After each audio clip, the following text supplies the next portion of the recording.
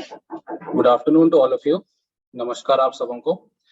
आज हमारे इस लंच आवर टॉक पे हम डिस्कस करेंगे हाइड्रोलिक ट्यूबिंग एंकर के बारे में और उसके एप्लीकेशंस के बारे में।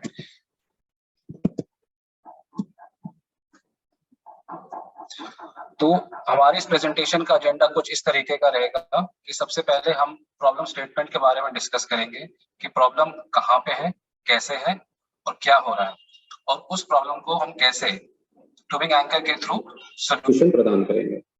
तो उसी तरीके से हमारा कंटेंट्स बनाया गया है। तो जो हमारा ट्यूबिंग एंकर है ये मेजरली एसआरपी कंप्लीशन में यूज होता है। तो जैसा आप सभी को पता है कि अहमदाबाद एसेट में लगभग 70% एसआरपी कंप्लीशन में आर्टिफिशियल लिफ्ट है। तो आप सबों ने देखा होगा कि एक सरफेस पंपिंग यूनिट होता है जो कि रेसिप्रोकेटिंग मोशन प्रदान करता है। पॉलिश रॉड के थ्रू, सकर रॉड के थ्रू नीचे सब सरफेस पंप पे जाता है। तो इसका सब सरफेस पंप कुछ इस तरीके का डिजाइन रहता है। ये हमारा सकर रॉड पंप है, सकर रॉड हो गया। ये हमारा प्लंजर है। प्लंजर में एक ट्रैवलिंग वाल्व रहता है जिसमें एक बॉल चेक वाल्व रहता है जो कि ओपन क्लोज हो सकता है और ये रेसिप्रोकेट होता रहता है। ये हमारा पंप बैरल है जिसमें एक बॉटम में एक स्टैंडिंग वाल्व है जो कि फिक्स रहता है और इसमें नंबर किए गए हैं 1, 2, 3। ये तो लिक्विड चेम्बर्स है। पहले चेम्बर पे वो लिक्विड कलेक्ट होते हैं जो जोन से आके वेल में एंटर होते हैं। दूसरा नंबर जो चेम्बर है वो पंप बैरल के अंदर होता है। ये काफी कम मात्रा पे वॉल्यूम रहता है। तीसरा जो चेम्बर है वो प्लंजर के ऊपर का वॉल्यूम रहता है जो काफी मात्रा पे लिक्विड अक्यूमुलेटेड रहता है और यही वॉल्यूम सरफेस तक आता है। तो अगर हम रेसिप्रोकेटिंग मोशन के बारे में डिस्कस करें तो जब भी प्लंजर का डाउन स्ट्रोक होता है तो हमारा जो ये ट्रैवलिंग वाल्व है लिक्विड की वजह से ये लिफ्ट हो जाता है बॉल चेक वाल्व और 2 नंबर चेम्बर से तीसरे वाले चेम्बर पे चला जाता है। और जब अपस्ट्रोक होता है तो जो हमारा ट्रैवलिंग वाल्व है बॉल चेक वाल्व है ये क्लोज हो जाता है और उसी दौरान हमारा नीचे का जो स्टैंडिंग वाल्व है वो ओपन हो जाता है और 1 नंबर वाले चेम्बर से ये दूसरे पे आ जाता है। तो उसी तरीके से ये हमारा रेसिप्रोकेटिंग मोशन से 1 से 2 पे जाता है, फिर 2 से 3 चला जाता है और फिर ये सरफेस पे ऑयल लिफ्ट हो जाता है। तो हमारा प्रॉब्लम क्या है एग्जैक्टली? इसमें एक्चुअली ट्यूबिंग मूवमेंट काफी ज्यादा होता है। उसके बारे में अगर हम डिटेल में डिस्कस करें तो जो जैसे कि मैंने बोला कि 2 नंबर चेम्बर पे काफी कम लिक्विड वॉल्यूम रहता है। जो तीसरा लिक्विड चेम्बर है जो कि सरफेस तक रहता है या फिर काफी लिक्विड लेवल काफी हाई रहता है, उसका वेट काफी ज्यादा होता है। इस लिक्विड वेट की वजह से ट्यूबिंग इलोंगेट और शॉर्टन हो जाता है। तो जब भी डाउन स्ट्रोक होता है तो आप इमेजिन कर सकते हैं कि ये जो लिक्विड चेम्बर है, इस चेम्बर पे जितना भी लिक्विड है उसका सारा वेट ट्यूबिंग बेयर कर रहा होता है या फिर पंप बैरल वेट पूरा ले रहा होता है, तो वो इलोंगेट हो जाता है। इस फिनोमिना को हम ट्यूबिंग ब्रीदिंग कहते हैं। और जब भी अपस्ट्रोक होता है तो जो सारा लिक्विड जो वेट है उसका सारा वेट हमारा सकर रॉड उठाता है। तो सकर रॉड ऐसे में वो स्ट्रेच हो जाता है और ट्यूबिंग शॉर्टन हो जाता है। तो ये 2 फिनोमिना की वजह से हमारा जो इफेक्टिव स्ट्रोक है प्लंजर का वो छोटा हो जाता है, जिसकी वजह से एफिशिएंसी कम हो जाती है और वो प्रोडक्शन रेट कम हो जाता है। इसी दौरान जब ट्यूबिंग मूवमेंट काफी अप एंड डाउनवर्ड मूवमेंट होता है तो केसिंग वेयर और ट्यूबिंग कॉलर लीक्स होने के भी चांसेस बढ़ जाते हैं, जिससे कि ट्यूबिंग और एनुलस में कम्युनिकेशन पैदा हो सकता है। तो ये हमारा प्रॉब्लम स्टेटमेंट है। अब हमें इस प्रॉब्लम को सॉल्व करने के लिए जो हमारा सिंपल सोल्यूशन है कि ट्यूबिंग को एंकर कर दे बॉटम से। यही हमारा ट्यूबिंग एंकर अपना रोल प्ले करता है। उसका बस एक बेसिक फिनोमिना है कि नीचे वो ट्यूबिंग कंप्लीशन स्ट्रिंग के नीचे सेट रहता है और वो केसिंग के अगेंस्ट में एंकर कर देता है, जिससे कि ट्यूबिंग का जो अपवर्ड और डाउनवर्ड मूवमेंट हो रहा होता है जब वो फ्री लेंथ पे हैंग हो जाता है वो रिस्ट्रिक्ट हो जाए। इसका मेजर एडवांटेजेस यही है कि सारा ट्यूबिंग मूवमेंट वो ओवरकम कर जाता है, जिससे कि पंप एफिशिएंसी बढ़ जाती है। इसका जो stroke length as per design रहता है, जैसे कि सरफेस पे जो स्ट्रोक लेंथ डिजाइन किया है वही बॉटम में भी रहेगा। प्रोडक्शन रेट बढ़ जाता है, ऑपरेटिंग कॉस्ट भी कम हो जाता है, क्योंकि एक्सेसिव जो ट्यूबिंग और रॉड पे जो वेयर एंड टियर होता है वो कम हो जाता है ट्यूबिंग मूवमेंट ना होने की वजह से, और इसी वजह से फीवर वर्कएबल जॉब्स भी रिक्वायर्ड रहते हैं। तो हमारा जो ट्यूबिंग एंकर है वो बेसिकली दो तरीके के होते हैं, एक मैकेनिकल ट्यूबिंग एंकर और दूसरा हाइड्रोलिक ट्यूबिंग एंकर। जैसे कि मैकेनिकल ट्यूबिंग एंकर अभी हमारे पास लगभग 30 वेल में अभी भी वेल्स अहमदाबाद एसेट के वेल्स में है। तो ये पुल आउट होंगे तो आपको दिख सकता है, ये मैकेनिकली सेट होता है, इस पे रोटेशन और अप एंड डाउन मूवमेंट करके इसे सेट किया जा सकता है। वहीं दूसरी तरफ हाइड्रोलिक ट्यूबिंग एंकर को हाइड्रोलिक प्रेशर से सेट किया जाता है। हम हाइड्रोलिक ट्यूबिंग एंकर पे फोकस करते हुए हम बात करेंगे। ये एक कंप्लीशन ट्यूबिंग का पार्ट रहता है, बॉटम में सेट रहता है, और इसके नीचे एक प्लग चाहिए ताकि प्रेशर बिल्डअप हो पाए ट्यूबिंग में। ये फुली रिट्रीवेबल है, और ये जब ये सेट हो जाएगा तो ट्यूबिंग को टेंशन या कंप्रेशन में फिक्स करके रखेगा। इसमें बाई डायरेक्शनल स्लिप्स होते हैं जो कि ट्यूबिंग के मूवमेंट को कम्प्लीटली रोक देगा। इसके अपवर्ड स्लिप्स डाउनवर्ड मूवमेंट को रोकेगा, और इसके जो नीचे वाले स्लिप्स है वो उसे ऊपर आने से रोकेगा। इसे सेट करने के लिए कोई भी ट्यूबिंग मैनिपुलेशन रिक्वायर्ड नहीं है, जैसे कि rotation, up and down movement कुछ भी रिक्वायर्ड नहीं है। ये सिंपल हाइड्रोलिक प्रेशर से सेट हो सकता है। तो जो अभी हमारे पास जो हाइड्रोलिक ट्यूबिंग एंकर हैं तो डायमेंशन कुछ इस तरीके से है। ये लगभग 1.2 मीटर लंबा है। ये एंकर सूटेबल है 5.5 इंच केसिंग के 13 से 23 सामने तुम्हारी आवाज नहीं आ रही है।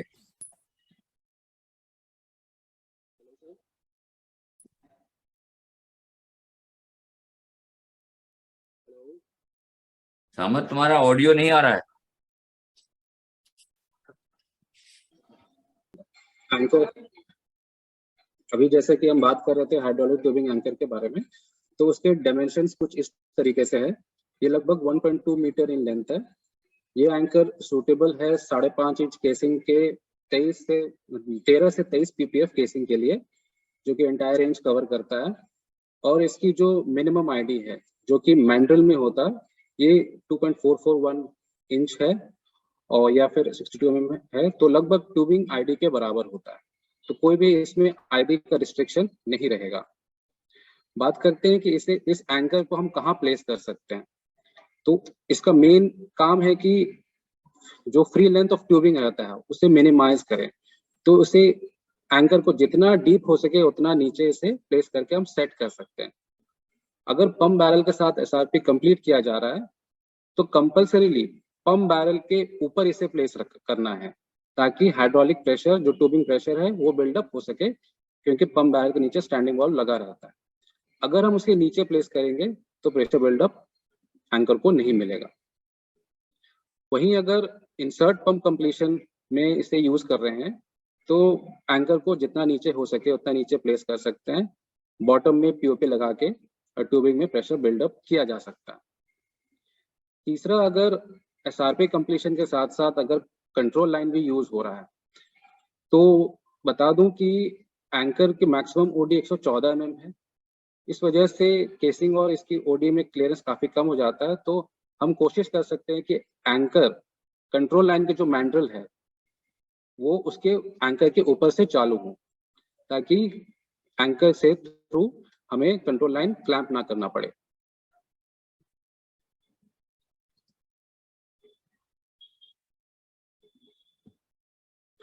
अब हम बात करते हैं इसके ऑपरेशंस के बारे में।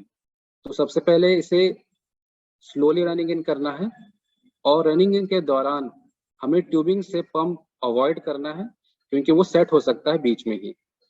और अगर कभी इन केस ट्यूबिंग टेस्ट या फिर किसी और कारण की वजह से पंप करना भी पड़े तो मैक्सिमम टू मैक्सिमम 800 PSI आप दे सकते हैं, अगर नीचे पंप बैरल कनेक्टेड है तो।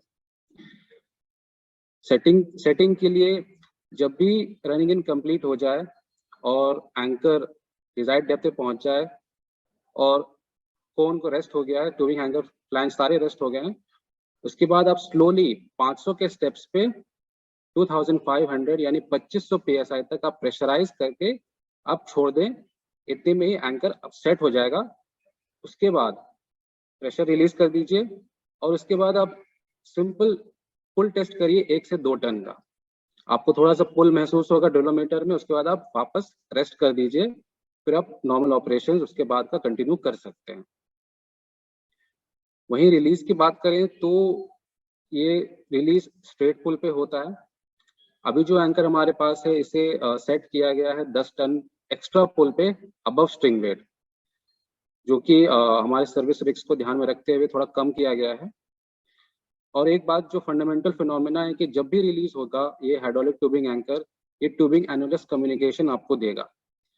तो ये बात ध्यान देने वाली चीज है, क्योंकि अगर रनिंग इन के टाइम पे ये सेट हो जाता है तो इसे रिलीज करना पड़ेगा और रिलीज हो जाने के बाद ये ट्यूबिंग एनुलस कम्युनिकेशन दे देगा। ये फंडामेंटल फिनोमेना है इस टूल का।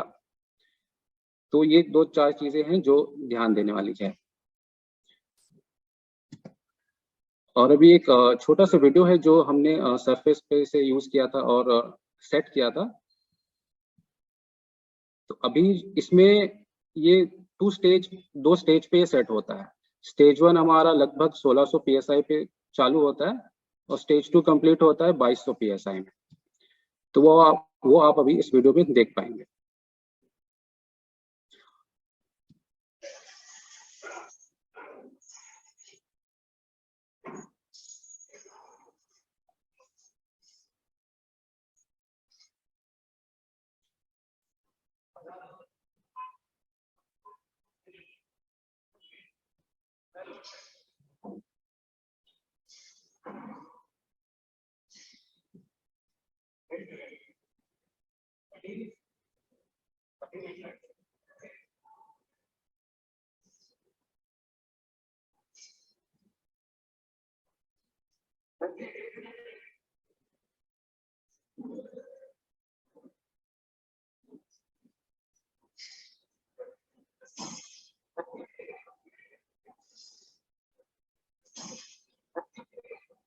ये हमारा स्टेज 1 चालू हुआ। यहाँ पे जो 1600 के आसपास स्टेज 1 एक्चुएट हो गया और ये हमारी जो स्लिप डाइस थी उसके अंदर थी, केसी के अंदर, ये बाइट कर चुका है। अभी हम आगे कंटिन्यू करते हैं। अब आप यहाँ पे ऑब्जर्व कर सकते हैं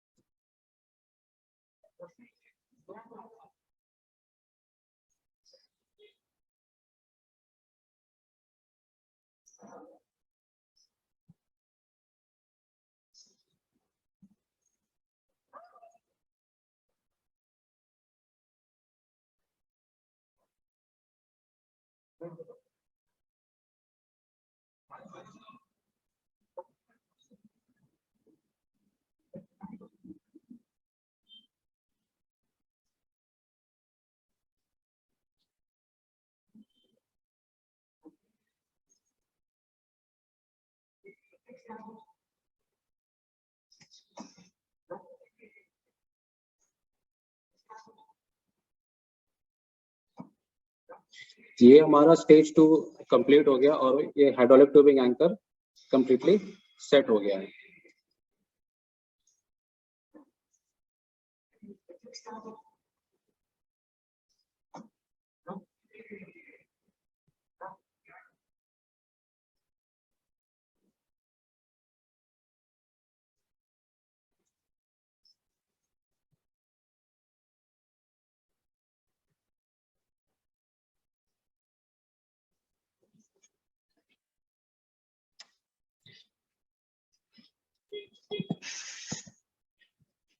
तो यही था इस प्रेजेंटेशन में।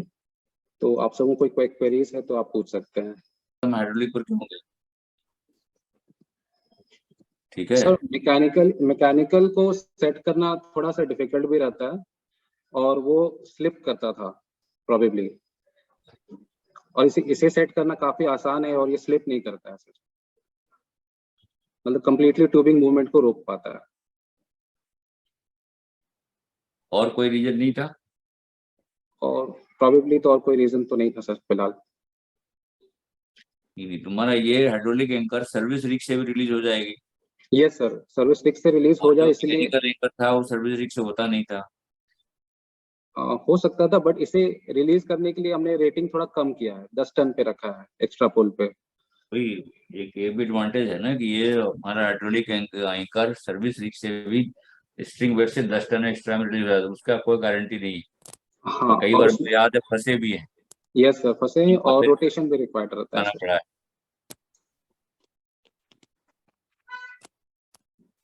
मैकेनिकल एंकर में रिलीज करने के लिए कभी कभी बार लेफ्ट हैंड रोटेशंस भी रिक्वायर्ड रहते हैं। जो कि सर्विस रिग से हम दे नहीं सकते हैं। हाँ तो ये एडवांटेज हो गया ना हमको, इसको सर्विस रिग में भी से भी इसको रिलीज कर सकते हैं, सेट कर सकते हैं। Yes sir. ठीक है, और किसी को कुछ क्वेरी है तो शेयर पूछ सकता है, इसको कोई जानना चाहता है फील्ड से, कोई भी आदमी, एनीवन। निशांत, मैं ऑब्वियसली से बात कर रहा हूँ सुपर शर्मा। तो मैं एक पार्ट थोड़ा मिस कर दिया था इसको। अगर मुझे हार्डली ट्यूब एंकर को कंट्रोल एंड मैनुअल के साथ सेट करना है तो कहाँ करेंगे, ऊपर के नीचे? और अगर नहीं कर सकते तो क्यों नहीं कर सकते? अगर ऊपर या नीचे करना हो, कहाँ पर सेट करना चाहिए? अभी जैसे जैसे मैंने अपने प्रेजेंटेशन में बताया, तो हाइड्रोलिक ट्यूबिंग एंकर का ओडी 114 mm होता है। तो ऐसे में अगर 20 ppf केसिंग भी अगर ले अज्यूम करें तो एंकर और केसिंग के बीच में क्लियरेंस काफी कम रहता है। तो उसके अराउंड हम क्लैंप करेंगे तो रनिंग के टाइम पे कंट्रोल लाइन डैमेज हो सकता है। तो इसलिए एंकर को नीचे प्लेस करना होगा और कंट्रोल लाइन का मैंड्रेल उसके ऊपर से चालू करना होगा। एंकर नीचे रहेगा। Okay, thank you. ये क्वेश्चन है, डेविएटेड वेल्स में भी इसको यूज कर सकते हैं? यस सर, डेविएटेड वेल्स में भी यूज कर सकते हैं। Nishant, good afternoon. Good afternoon sir. Nishant, ये हाइड्रोलिक ट्यूबिंग एंकर जब सेट हो जाता है उसके बाद सर्कुलेशन एस्टेब्लिश हो सकता है क्या? सेट हो जाने के बाद नहीं होगा सर, जब वो रिलीज होगा तब सर पोर्ट्स इंटरकनेक्ट होके एनुलस में कम्युनिकेशन दे देगा। इसका कारण ये है कि अगर काफी टाइम तक अगर वेल पे है और डेब्री सेटल होता है तो हम सर्कुलेशन से डेब्रीज को लिफ्ट कर पाएंगे। ठीक है, तो अगर ये सर्कुलेशन एस्टेब्लिश नहीं होगा तो what is the difference between hydraulic packer and tubing, ये हाइड्रोलिक ट्यूबिंग एंकर? बेसिकली ज्यादा डिफरेंस नहीं है। इस हाइड्रोलिक पैकर में एलिमेंट रहता है जो कि सील करता है हाइड्रोलिकली, वो एंकर भी करता है और सील भी करता है। अगर उसी में अगर सीलिंग एलिमेंट हटा दे तो वो एंकर बन जाएगा। तो वही चीज ये हाइड्रोलिक ट्यूबिंग एंकर है। Okay, thank you. और हमने कई बार हाइड्रोलिक पैकर को उसका रबर सीलिंग एलिमेंट्स निकाल के उसको as a hydraulic tubing anchor इस्तेमाल किया है सेट में। Okay, thank you. Nishant, yes sir. ये ट्यूबिंग एंकर हम कितनी डेप्थ वाले वेल में यूज कर सकते हैं और कितनी डेप्थ में यूज नहीं करना चाहिए? इस बारे में तो ज्यादा मैं बता नहीं पाऊंगा, बिकॉज ये तो एक हाइड्रोलिक पैकर की तरह ही है। तो आई थिंक जितना अलाउ कर, जितना हमारा वेल से उतना तक तो हम कर ही सकते हैं, उसमें कोई इशू नहीं होनी चाहिए। नहीं, जो ट्यूबिंग एलोंगेशन की हम बात करते हैं, अगर शॉर्टर कोई वेल है जिसमें डेप्थ कम है तो उसमें भी यूज करना चाहिए क्या? आई थिंक ये मतलब इस बारे में ज्यादा आइडिया नहीं रहेगा। आर्टिफिशियल लिफ्ट, आई थिंक वो सेक्शन ज्यादा अच्छे से आंसर कर पाएंगे। ओके। Yes sir. ये अवेलेबल है क्या? विस्पा की तरह इसका मटेरियल क्या है? विस्पा की तरह मिल कर सकते हैं या फिर मटेरियल इसका जो हाइड्रोलिक पैकर का जो है वही यूज करेंगे? हाइड्रोलिक पैकर वाला ही सेम मटेरियल है, L80। यानी थोड़ा डिफिकल्ट है इसका। पार्डन सर, आपकी आवाज क्लियर नहीं है। नहीं, इसमें मिल करना थोड़ा सा इजी नहीं रहेगा, जैसे डिस्क वगैरह हम मिल करते हैं, एक या दो टिप में हमारा मिल हो जाता है, लेकिन जैसे हाइड्रोलिक पैकर है उसको मिल करना तो काफी कोड लगाना पड़ता है उसमें। तो ये इसी टाइप का मटेरियल है क्या? ये हाइड्रोलिक पैकर का सेम मटेरियल है, तो वही सेम मटेरियल यूज होता है। तो ब्रिज प्लग तो ब्रिटल मटेरियल होता है, वो इजीली मिलेबल रहता है, वो मिलिंग के लिए ही रहता है। इसे आप मिल करना जैसा हाइड्रोलिक पैकर में टाइम लगता है, उसमें इसमें भी उतना ही टाइम लगेगा, सेम मटेरियल है। Okay okay. About its multiple times. Pardon, sir? This setup can be used multiple times. Any suggestion regarding that? Hydraulic ये जो टूल है हाइड्रोलिक पैकर या हाइड्रोलिक ट्यूबिंग एंकर, ये वन टाइम सेट हो सकता है। एक बार सेट हुआ, रिलीज हो जाएगा, तो इसके जो अंदर पार्ट्स के जो अंदर के मूवमेंट्स है वो कंप्लीट हो जाते हैं। तो उसे पुल आउट करके उसे बेस में वापस उसे पूरी तरह से डिसमेंटल करके वापस फिर नए रिड्रेस किट के साथ रीअसेंबल करना होगा, और ये वापस फिर से रीयूज किया जा सकता है वेल पे। तो अभी हमारे पास रिड्रेस किट भी अवेलेबल है, तो हम रेगुलरली रिड्रेस भी करते हैं। Thank you Nishan ji, thank you very much. Use करें इसकी जगह एनुलस मेरा आइसोलेट रहेगा उसमें, तो ये इसको क्यों प्रेफर करेंगे हम? इसमें आई थिंक जब एसआरपी कंप्लीशन में हमारा ऑब्जेक्टिव ये नहीं रहता है कि हम एनालिस्ट को सील करें, उस टाइम में हमारा ट्यूबिंग एंकर्ड रहे, वो हमारा मेन ऑब्जेक्टिव रहेगा। क्योंकि आई थिंक इस बारे में ज्यादा बेटर आंसर आर्टिफिशियल लिफ्ट दे पाए तो सही रहेगा सर। निशान, यस सर। निशान, इसमें हम लोग एंकरिंग का ही काम करना है ना, बेसिकली ट्यूबिंग का अपवर्ड डायरेक्शन में मूवमेंट को हमें रोकने के लिए इसको यूज कर रहे हैं, ठीक है? तो yes, इसमें हमें सीलिंग की क्या जरूरत है? हाँ, हमें सीलिंग की जरूरत नहीं है सर। हाँ, तो फिर रबर एलिमेंट के बिना भी हमारा एंकर ही तो करना है, जिससे कि क्या ट्यूबिंग का और उसमें रॉड का रबिंग हट जाए, है ना? हाँ, वेयर एंड टियर कम हो जाए सर। हाँ, वेयर एंड टियर का इसीलिए हम लोग यूज कर रहे हैं ट्यूबिंग की लाइफ बढ़ाने के लिए, ठीक है? तो ये जो है इसमें हम अगर रबर एलिमेंट हटा दें तो कम्युनिकेशन भी स्टेबल हो, फ्यूचर ये तो फिर आइसोलेट हो जाएगा पूरा। तो इसके हाँ, तो फिर ये सर्कुलेशन मिलना मुश्किल हो जाएगा फिर। हाँ, वही तो बोल रहा हूँ, हमारा काम है सिर्फ ट्यूबिंग को एंकर करना है, जिससे उसका अपवर्ड मूवमेंट रोका जाए और ट्यूबिंग का रबिंग बंद हो, ठीक है ना? उसके लिए मेन पर्पस है। तो इसके लिए हमें एनुलर सीलिंग की क्या जरूरत है? बिना सीलिंग एंकर ही करना है, विदाउट सीलिंग। जो पुराना हम यूज कर रहे थे, पुराना पेपर में रबर एलिमेंट निकाल के हम लोग यूज कर रहे थे। Yes sir.